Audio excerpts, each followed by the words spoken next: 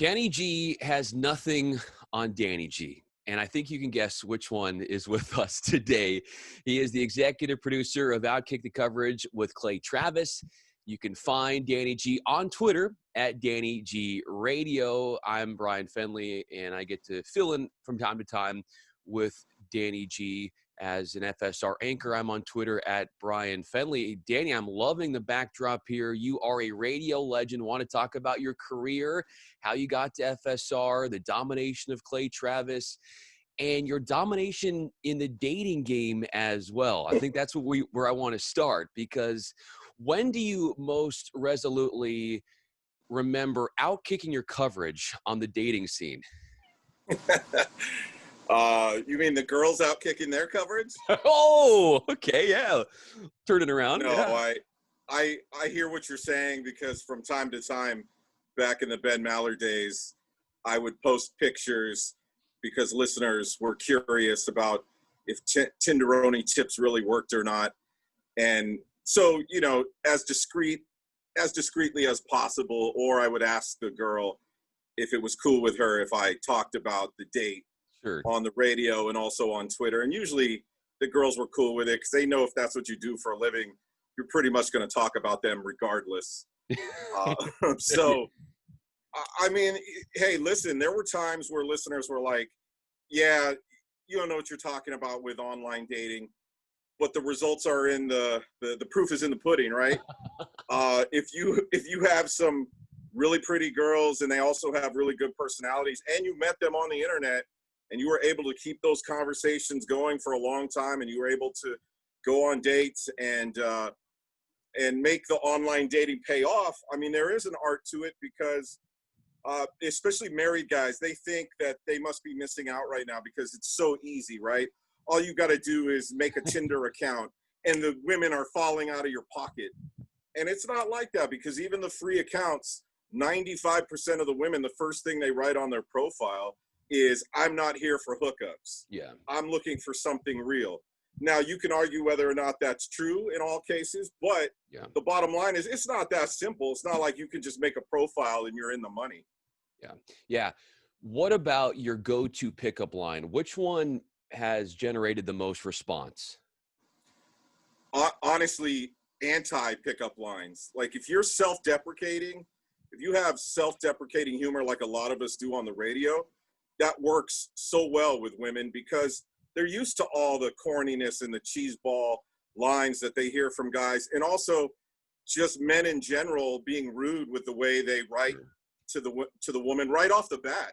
Yeah. A guy will either send a picture that the woman didn't request, or he'll say something or call her a pet name or something like that that'll turn the girl off immediately.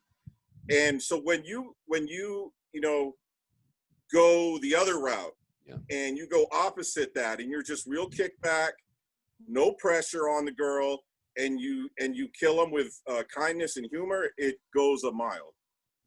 I was hoping to have the cat on your shoulder during this interview, but how does being a cat guy endear yourself to the ladies? It really doesn't, to be honest with you. And I'm not necessarily a cat guy. I mean, I would say I like all animals. When I was a little kid, my mom would take us to the LA Zoo, the San Diego Zoo. She would take us to the San Francisco Zoo once a year. And the first thing we did, and a lot of it was because of LL Cool J and his Walk Like a Panther album, he posed with a Black Panther. And so the first thing we did as kids was run to the Panther cage and try to take a picture in front of the Panthers.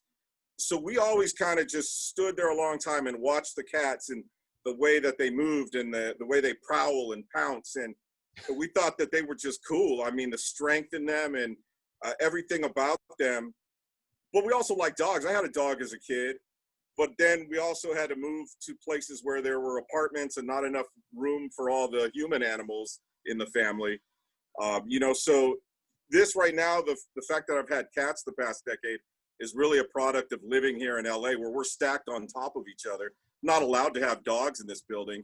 So I thought, man, the coolest thing next to that would be to get a really cool purebred cat that looks like a panther. and or a Bengal, like we talked Clay into doing recently, to get a Bengal cat. And when you have those kind of cats, you could literally walk those cats on a leash down the street in LA and still look as cool as the guy who's walking his Doberman. Wow. So, I mean, I don't do that because people look at you insane. And also women, they judge you because they're like, why do you like cats?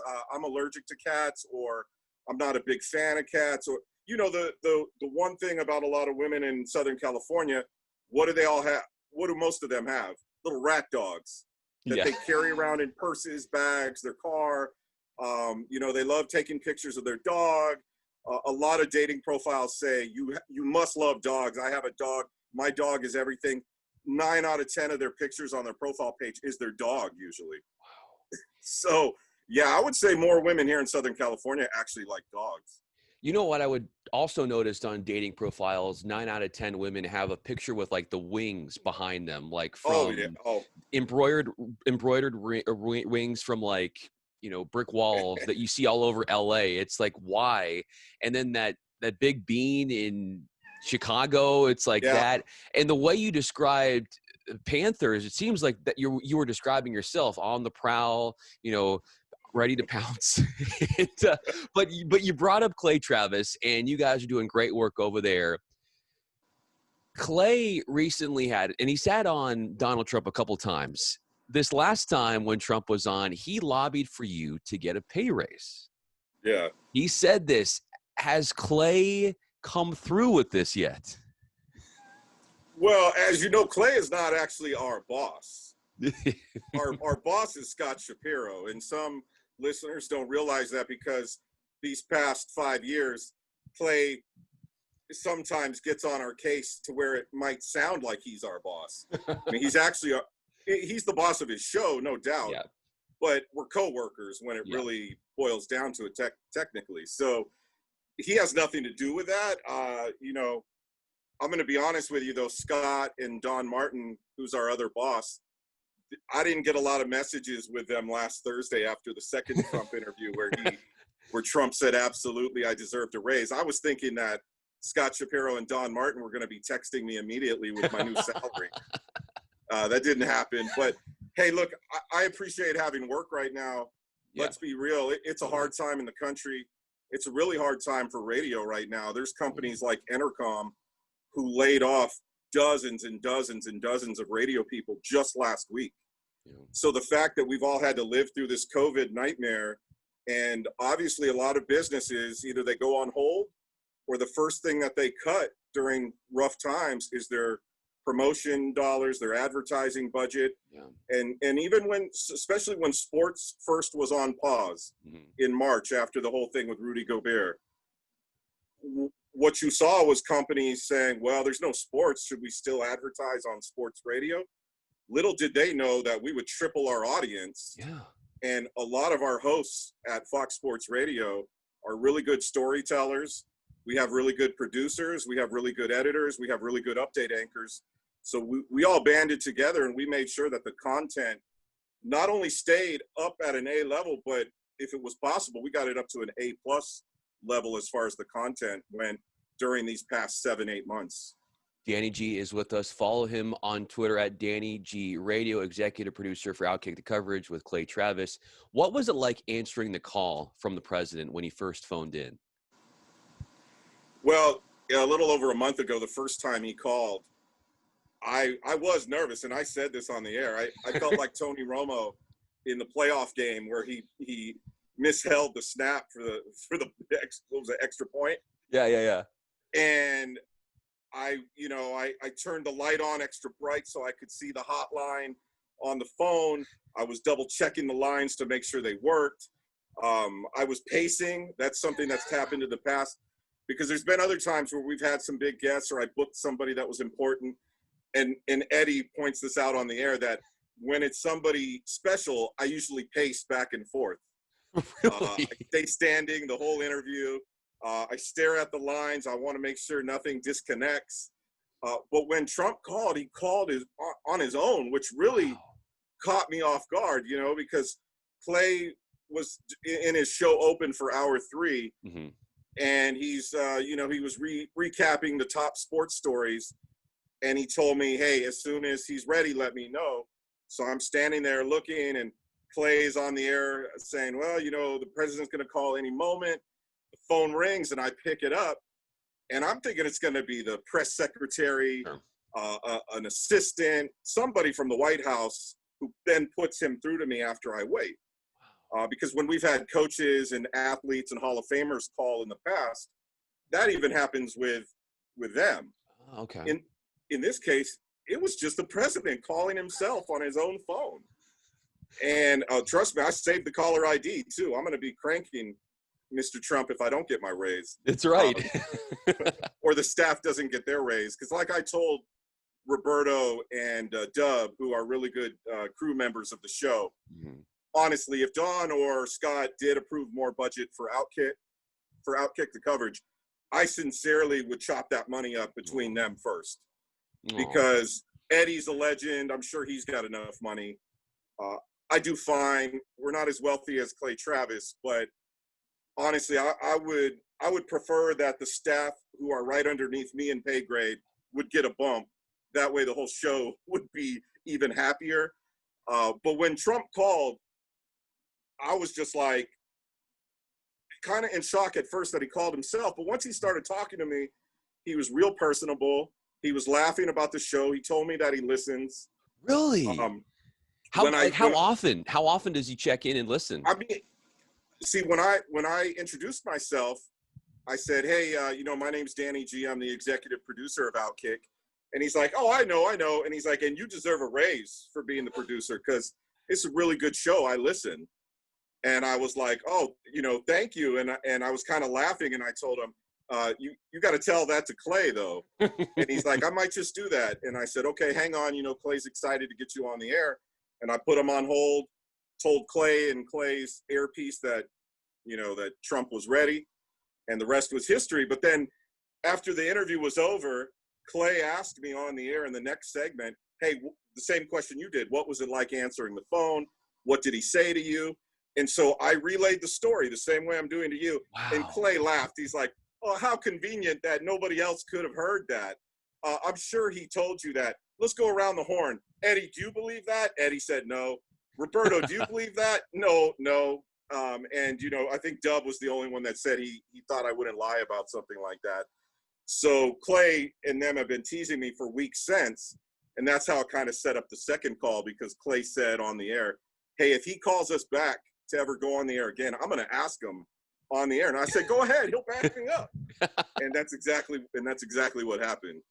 You spoke, Danny, about how the president had been listening to Outkick the coverage for a while, and then sent feelers out to you guys. And then there was a relationship that was developed to get him onto the show. Take us back to the sequence of events that led him to come onto the show and how he first became exposed to what Clay Travis is doing.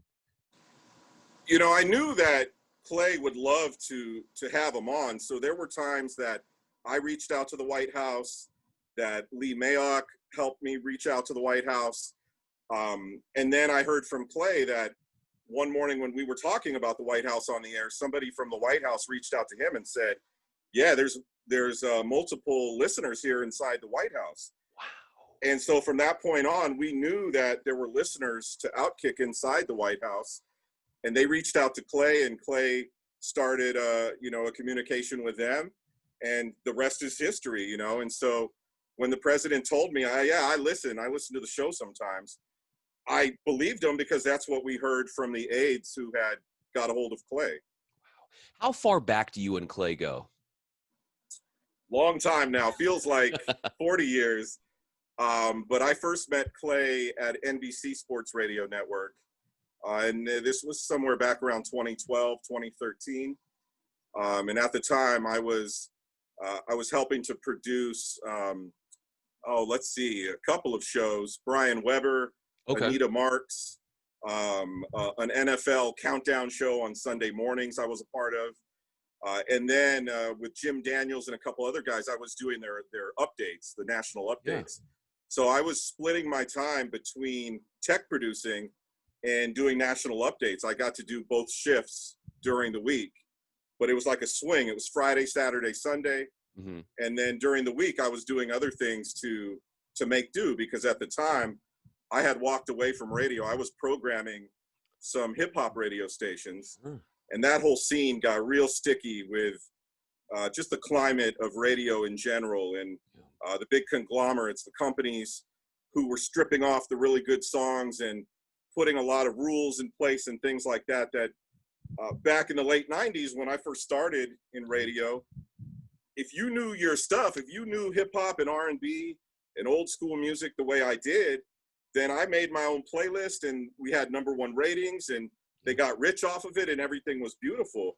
But then the next couple of stations I walked into, I got them to #1, but they got even more greedy. They were like, well, we have this consultant that tells us we should actually add pop music too.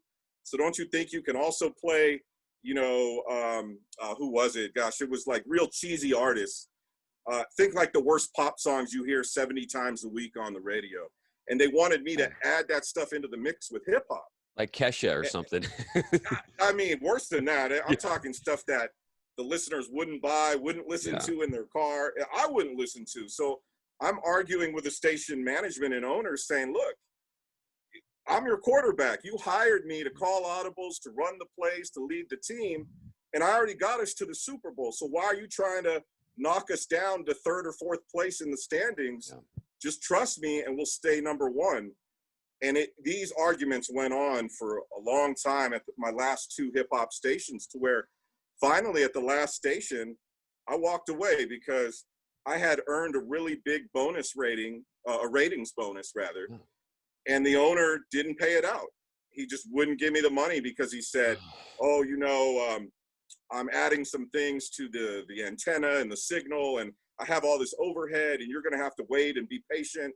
And I was like, man, I have this in writing. You signed it, and I earned it. So don't you think you should give me my bonus? I mean, I'm not being a jerk here. You wrote it down. Yeah. And to this day, Brian, I've never seen that $8,000 bonus check. So I walked away from radio on my own accord. I was like, man, F these guys, F these companies. They don't want us to play really good music anymore. They don't care about the listening audience. They only care about the ratings and the money. And if they're not going to listen to sound reason, then let them flounder. Because as soon as I walked away and they pulled half my music off the air and put their pop music on, their ratings got cut in half immediately. Wow. And they went from 1st place down to 6th place.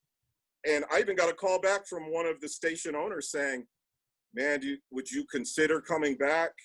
You know, we could sign you to another 1-year deal. And I was like, man, no, thank you. First of all, you still owe me that bonus check. Oh, and secondly, I don't want to be a part of that anymore. I want to do things the right way. If I'm going to have all that pressure and responsibility on me to run a big 50,000 watt radio station, if it goes down, then it's going to go down with how I'm running it. Yes. Not the way other people are running it, and I'm going to be the fall guy. Yeah. Danny, everywhere you've been, and Danny G joins us, I'm Brian Fenley. Everywhere you've been, you've elevated the caliber of the product. So you went from then to NBC Sports Radio, and then how did you get plucked up by Fox Sports Radio? So this is where it ties in with Clay, because what was really cool was when I walked away, I said, all right, I'm sick of working with adults, especially shady ones. Yeah. I had some good experiences with youth coaching through the radio stations I had worked with. We had done some charity events and fundraisers where all of us DJs from the radio station had coached teams and some youth sports. And I said, you know what? I'm sure the money's going to be a lot different, because back when I was running those hip hop stations, I was making a lot of money. But I wasn't happy. So I said, okay, I'm going to sacrifice the money and I'm going to go do something else. So I started teaching. I started coaching. I did that for 5 years. You can imagine, man, it was almost like the witness protection program. Wow. Because I literally had come off a tour with Eminem where I got to MC a couple of concerts. Wow. And I was doing all these big things at these hip hop stations. And because of that, I was involved with all of these recording artists and doing some big things in my personal life. And I just pushed it aside. And I was like, all right, let me go work with these schools. And do some coaching with these kids. And that's what I was doing, 6 a.m. to 6 p.m. Monday through Friday. I was teaching, I was coaching, and then Friday, Saturday, Sunday would roll around, and that's when I went into NBC Sports Radio. Wow. And Clay had one of the weekend shows that I was doing the national updates on. And it's so funny because I'll never forget the first time Clay and I got into it on the air. And it was about Marcus Mariota. How ironic, too, that he ended up the Titans quarterback, right? Because at the time, he was obviously Oregon's star quarterback. Mm-hmm. And we were arguing about whether or not Mariota should get the Heisman. And Clay hadn't seen a lot of his games because of what time the Ducks play. And so Clay ripped into this big, long rant on the air about how there should only be one time zone in the country. Sound familiar? So anybody that says, oh, Clay has changed, he's no. Same exact guy, okay? Money doesn't faze him. Fame hasn't fazed that guy. He's the same guy in 2012, 2013 as he is now. So we argued, and I was like, Clay, if you're on the West Coast here like I am, and I've seen all the Ducks games, you would be trumpeting right now for Mariota to get the Heisman. And so we kind of got into it. There were times where, just like when Eddie first was doing updates for Clay, he didn't even remember my name, or he called me by the wrong name on the air, or we would argue and get into it on the air. But he was a cool guy. But to show you how far he's come, our program director there at NBC told me, when college football season's over, I think I'm going to crew him off and wait until college season comes back around, because that's his forte, and I don't really see him talking about other sports. And so at the time, people had pigeonholed him a little bit as a quote-unquote college football guy. And so to see him come from then on, all the way to where he's at right now, obviously covering all sports, it's pretty spectacular. And I did those updates on Clay's show for a long time. Hey, look, at NBC Sports Radio, there were times where we were like, is this on? Is this thing on? Brian Weber would throw stuff sometimes and tell me, damn it, this is like we're doing internet radio, because the phones wouldn't ring. Now, mind you, it was a startup. It was a brand new thing. There weren't a lot of affiliates at the time. In fact, when I was part of the original crew, they didn't even have programming as far as shows. We were only doing updates. Oh, wow. So Karen Kay would sit there. I'd see her through the glass, right? I was running the equipment and cutting up sound bites for her to use in her update, the same way you do. Sure. And it would just be dead air. And then all of a sudden, when the top of the hour would hit on the digital clock, the intro would fire and we were on. Wow. How strange is that, right? So we literally sat there for that entire shift with dead air in between all of the national updates. And then when NBC announced, hey, we're going to add programming now, Clay was one of those shows and some of the other ones I mentioned. So it was pretty crazy being a part of something that was just beginning. But with that came a lot of frustration for some of the people in the building, because it was so difficult to have audience participation. You're spoiled at Fox Sports Radio, trust me, because you tweet something, you say something, it gets an instant reaction. But imagine being at a sports network that's just starting, doesn't have a lot of affiliates, doesn't have a lot of pull, push, or movement, and you get no feedback on anything you're doing. You don't even know if you're on the air or not. And that's kind of what it felt like sometimes. There was a little momentum that got picked up after a few years of the live programming. And somebody that had produced with me went to Fox Sports Radio. And he is now a producer for 710 ESPN LA, and that's Greg Bergman. Oh, cool. Yeah. And there was an opening to tech produce the Ben Mallor show. And Greg Bergman got a hold of me and he said, hey, Danny, he's like, I've seen how hard you hustle at NBC. I've talked about you to a couple of people in the building here. Turn your stuff in. They know that you're good at what you do. I think that you could get the job. So I turned my stuff in and I got an interview and then I waited. And look, I was a fan of Ben Mallor. I had listened to him and Looney's show on the weekend when I would be driving home from NBC Sports Radio. There were times I was up late at night with insomnia that I listened to Ben Maller's show. And so to think that I could be on his show all of a sudden was pretty amazing. So when they called me in for the interview, it's one of those times where you just try to not psych yourself out. You know, I'm like, okay, I could get this job on the Mallor show. Just knock this interview out the park. So did well in the interview. And then next thing you know, I was in the building. The rest is history, man. I mean, the Ben Mallor show obviously was years of fun. And then that led into Clay's show. I got a question about being with Ben Mallor, but one more with Clay. Yeah. You've seen what he's done, his brand skyrocket. You've been such a big part of seeing that happen with Outkick the coverage. Why do you think that he's been dunking on the competition and you are seeing this astronomical growth from him and your team with Outkick the coverage? Well, probably the same reason why I told you it worked with women to go the opposite route. Yes. Same type deal, because when you got 11 radio hosts and 10 out of the 11 are all saying the same exact thing, and it just sounds like they're all on repeat and they're all copycats of each other, you know, you're going to stand out if you have a different take on things, or you make people think a different way about sports. And when those 5 years I was teaching, one thing that was good for me is every morning I was driving into the campus, I woke up listening to Colin Cowherd. Okay. And what's interesting is he made me think differently about things. I mean, he would have a take and I'd be like, what an idiot. This guy's a loser. What's he talking about?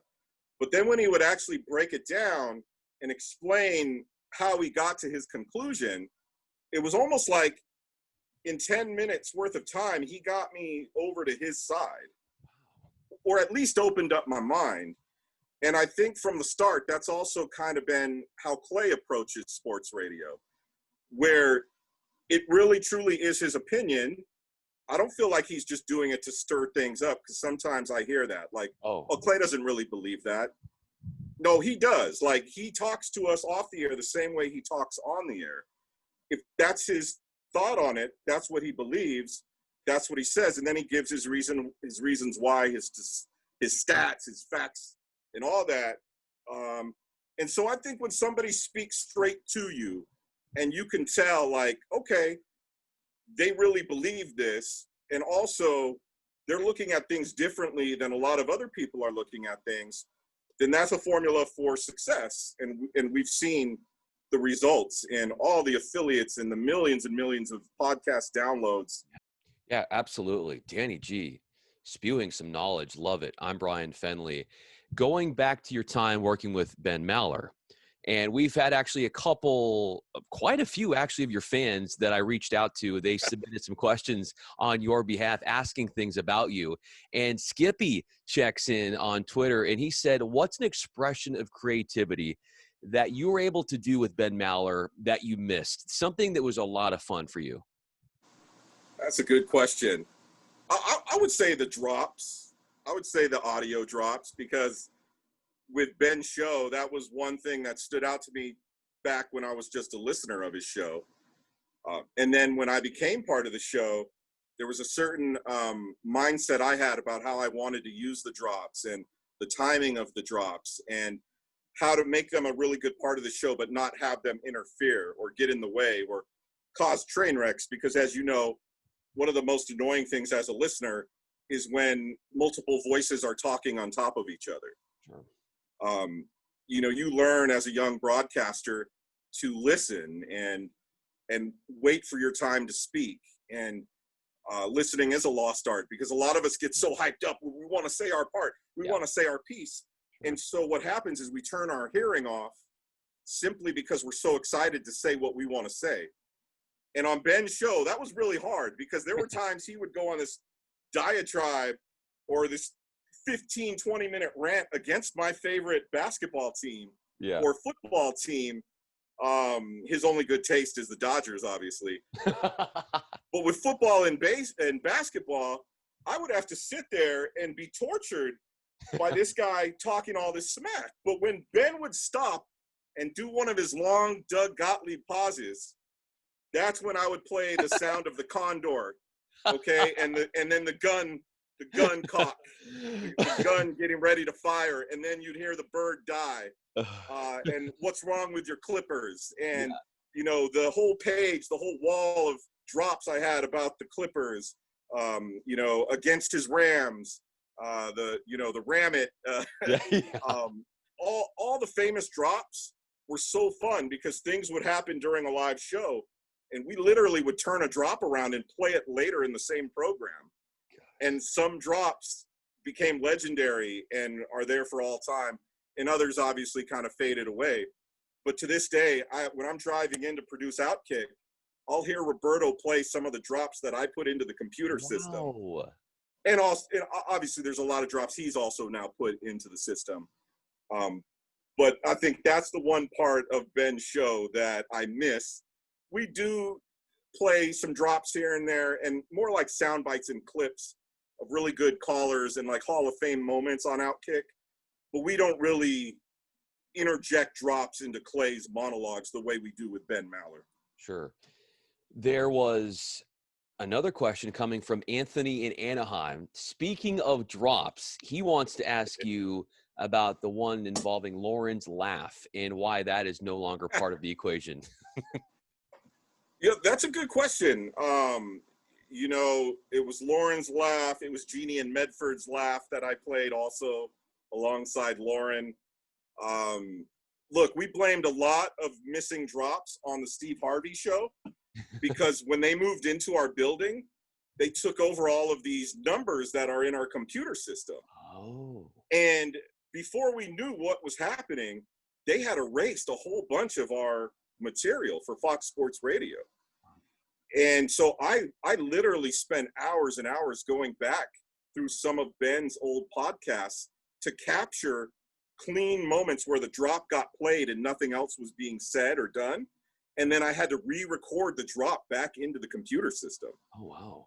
But when Steve Harvey, that rat bastard, came into the studio, it was not his fault, but I just don't think there was communication on their end when they started recording things into the mainframe of our main computer system. So we lost a lot of stuff. There's times where I'll still hear Roberto say, damn it, that drop where it's Trump saying many, many French fries. He's like, I can't find it. It's one of those Steve Harvey numbers that got erased. Oh. So yeah, man, there's some missing drops. I don't know if that's the case with Lauren's laugh, but I will investigate that for you. Yes, we'll have a full-on investigation. My final question for you, Danny G, and it's so awesome to have you. Really appreciate it. I know your team's about to play, so we'll get you right to that in just a moment. Brian No has chimed in, and he has a question for you, Brian No. The Big No, Fox Sports Radio host, and he wants to know, why have you become such a Deshaun Watson fanboy? How did I know that this was going to get brought up? So look, there was a time where Ben Mallor wasn't speaking to me. Okay, and I never thought that could happen because, I mean, this is a guy who I've been really good friends with now for 6-7 years. But when I left his show and I just started ultimately producing Outkick full time, and Roberto, we hired Roberto to kind of take over what I was doing on Ben's show. I went to Atlanta for the Super Bowl, and Deshaun was on our stage because FS1 was doing a TV interview with him.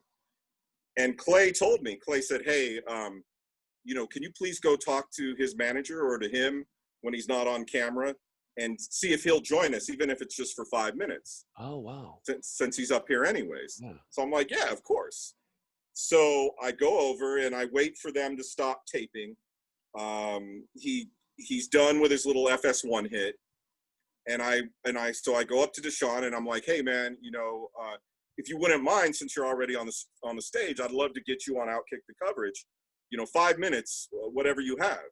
And he's like, yeah, that's cool. No problem. So I get him up at the stage. I put the headset and the mic on him and I get him all ready. We're going into our very last segment of the morning. So I take a picture of Deshaun, and I just think it's funny because this is one of the athletes that Ben Mallor has railed on for a long time, just for whatever reason, had much Deshaun Watson hatred in his blood. And we argued with Ben on the air about him a lot. Like, Ben, why do you hate this guy so much? And, you know, there's just certain athletes that strike Ben the wrong way, and they become enemy number one. And that was one of them. So I thought it was just funny that I tagged Ben and said, dude, look who I got on the show on Outkick this morning. You know, and he wrote on that tweet, how dare you, you know, whatever. It was all fun and games. But then the interview's over. I take a picture of Deshaun and Clay. Clay takes one of him and me together before he scoots off the stage. And we did that with every guest on Radio Row. That was just the normal thing we did after each interview was over. Trust me, some pictures you look fat and you don't want anyone to see the picture. Some pictures, it's a good angle, like the girls on Tinder with an overhead camera. And you're like, cool, I'm going to post that. It looks good. So I post this picture, and Ben just lost it. Like, how could he betray me? He knows that Deshaun Watson is my enemy. Look at him hobnobbing with Hollywood now. This is what happens when you move to a better day part. You know, it's Ben against the world, that whole thing. And oh my gosh. I thought it was a joke at first, to be honest with you, because I went into the NFL shop. Ben's Rams were in the Super Bowl that year. Mm-hmm. So I got Ben a hat, a Super Bowl Rams hat, and some more swag from that gift shop. And I get back to the studio. We get back home from Atlanta, and Ben's not talking to me. What? And I was like, damn, I thought it was a radio bit. I thought Ben was just kidding. But Ben really, you know, thought I was being a dick. And I really was just trying to be funny about it. Yeah. And, you know, we're on good terms now. It blew over. But back at that time, you know, I had stuff for him. I think it's still in my closet in the NFL gift shop bag, to be honest with you. Oh, my gosh. Yeah, when Ben's Rams go back to the Super Bowl, I'll give him that hat from 2018. Yeah, if they ever get back there. By the way, Ben is eating his words with Kyler Murray, because Murray is turning into something special, and Ben, as he has with like Deshaun Watson and others, completely missed the mark. And of course, he'll never admit it. Danny G, it has been an honor. Please, everybody, listen to his show with Clay Travis, 6 a.m. to 9 a.m. weekdays on Fox Sports Radio. I'm Brian Fenley. Danny, thanks again, man. This was a lot of fun sharing stories with you. Thank you. Appreciate the staff at Fox Sports Radio and the listeners. Couldn't do this without you guys, obviously. So much love to everybody that makes our every day really exciting to go into work.